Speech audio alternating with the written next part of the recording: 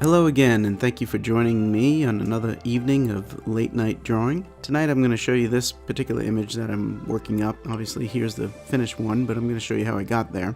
With this particular page, basically what I needed was a wide establishing shot of our setting and what's going on, and actually a bit of important information that's way off in the distance. But I had to cut the page in half, and that was my thought process on this. I was like, well, I need the wide shot, but then I also need a cut-in.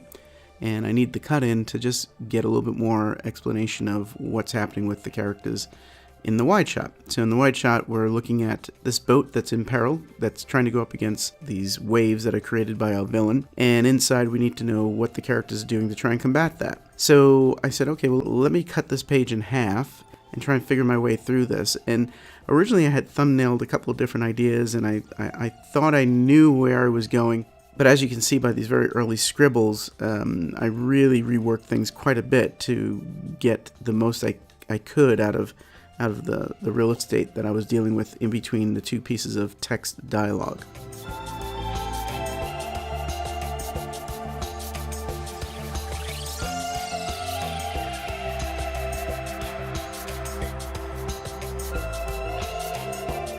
So we'll focus on the top panel first. Now that I've got the camera pretty much where I want it, and I think I've been able to massage most of the rough elements into the available framing within the two bodies of text. I can go in and really start now tying some things down and looking at some previous pages, of course. So I want to try and match the models as much as possible, and also maintain the same information that has been introduced earlier. That includes everything from what's hanging off the back of the ship, which is basically the scooter, to which side the characters are now leaning on the ship. Even though they're very, very small, the information is still there, as well as the props that were introduced earlier on the, what was that, port side, starboard side? Yeah, I guess it was port side, would be the flowers and where they're at.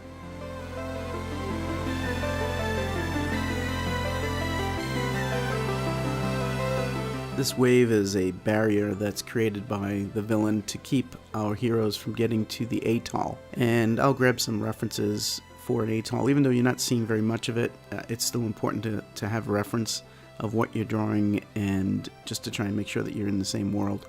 I think it's always important to have a reference available because it may help you in getting a different idea of how you may approach it or draw some of the elements into that image.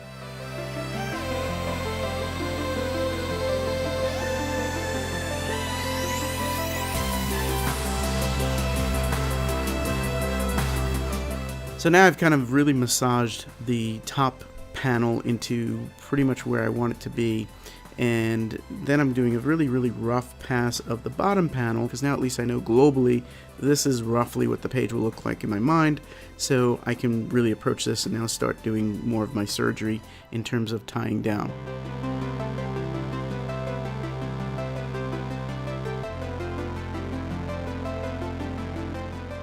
One of the things of drawing digitally, and I've mentioned this many times before, it's just that it does allow you a lot of flexibility in terms of sculpting things further than you would normally when it's just on paper. It really allows you to push exactly what you're trying to go for, but you don't have to feel like whatever line you put down is the permanent line, unlike when we go and do life drawing or something like that, and you're drawing with a brush pen. It's like, well, that's the line, that's it, it's not changing. But when I'm working in a digital space like this, it really gives me a lot of a peace of mind to know it's like, well, that's not exactly the curve I want, and that's not exactly the angle I want, and I'd like to skew that and move it. Much of it is really like doing digital sculpting with the artwork. I know I've mentioned that before, but you'll see it time and again with my artwork. I'm in there constantly moving things around, and much of it is just from muscle memory almost, where you're clicking keys and moving the line and bending it around.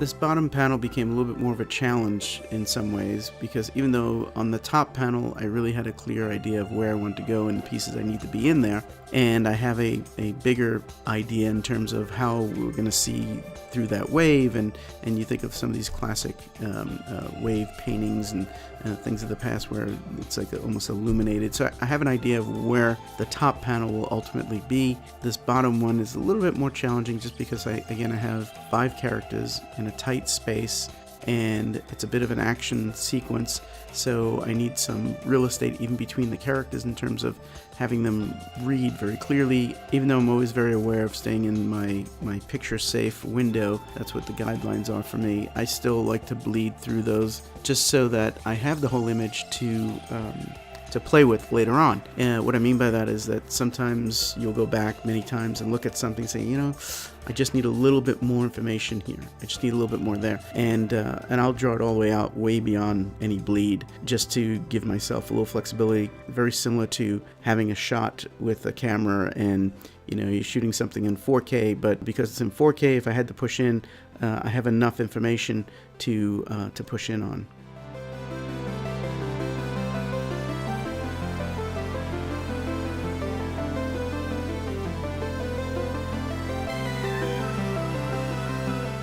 I tend to look at all my visual storytelling projects very much like a camera, and it is. I mean, that's what you're doing. You're just doing it, by hand, drawing it out. But it is essentially you're designing the shot, right? So I do think of it in those terms. Basically, it's like filmmaking, but you're doing it for print. The real beauty is because you are drawing the shot, you're going to get exactly what you want. You'll be able to kind of, push and bend characters into the exact positions you need them, and leaving just the right amount of space around them, avoiding tangents and things of that nature, and just trying to really enhance the shot.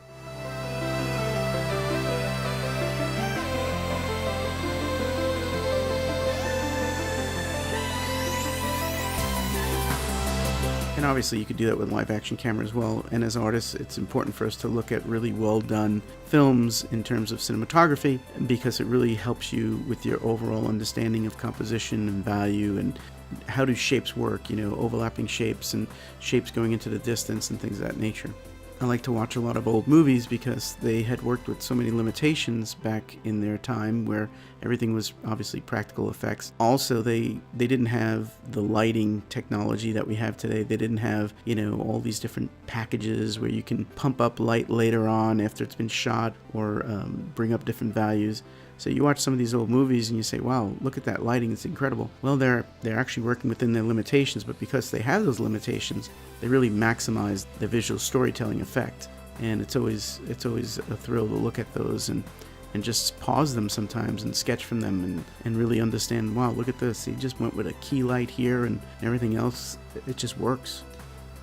Everybody always cites Citizen Kane, and for a very good reason, and it's one of the films in film school that they show right away, and it's a good film to watch every so often because it is really incredible what he did with the resources he had at the time, and how he really made things work, dark over light, light over dark, composition-wise and camera angles. Of course, there's many other directors besides Orson Welles that did some incredible camera composition in terms of the shots and breaking the rules, because they were moving around these cameras that weighed hundreds and hundreds of pounds that were not really meant to do the things that they made them do, and they built special rigs for them just so that they can get their shot. And I think it really shows in their work. You look at some early Hitchcock films and it just really stands out.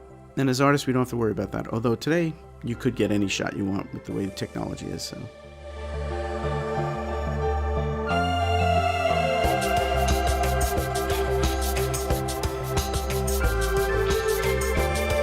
I'm going to build up these tones now. I'm going back into the top image and I'm going to build up the tones, and because I am working with a limited amount of real estate, I'm actually going to try and find a way to make the text work within the artwork, just because I don't want it to be cut off, because I need that little piece of information of the atoll. And if you were to zoom in on it, there's actually some additional information of who's on the atoll.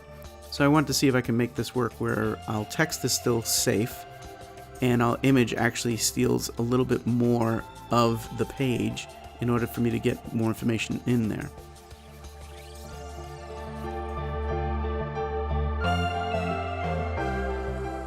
Sometimes it's therapeutic just putting in some of this little information like the rust and the different textures of what makes up a wave. And even though I'm doing it pretty rough and it may seem quick, I am always thinking about dark over light.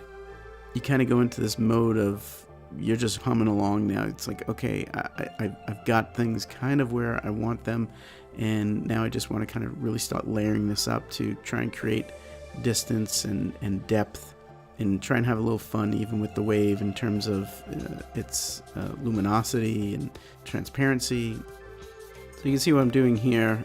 In order to make this read a little bit more, I'm really still always trying to direct your eye to what I want you to look at. And I'm always going to be doing that with where the camera's set up and where the action's set up, but then also working within the lighting to try and get you to really look at where I need you to look at.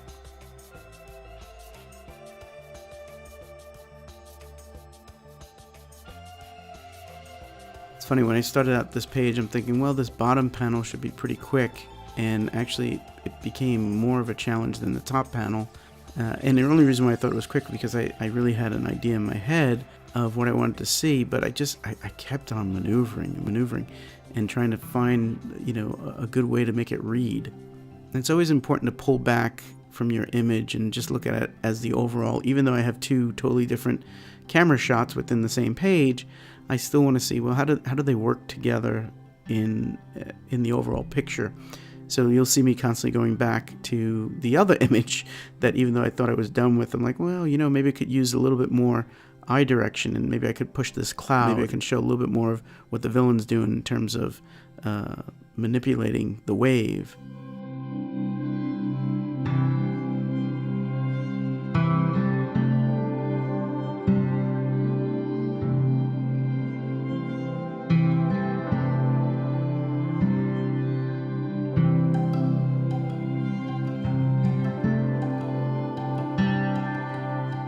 I like to take the layouts pretty tight just so that I get a really good idea of where we're going to be when we start hitting it with color. So I think that's about it for this one. Let me know what you think. And there's going to be a lot more late night drawings, so I'll try and capture the ones I can. I hope you've enjoyed this and come back again. Thank you.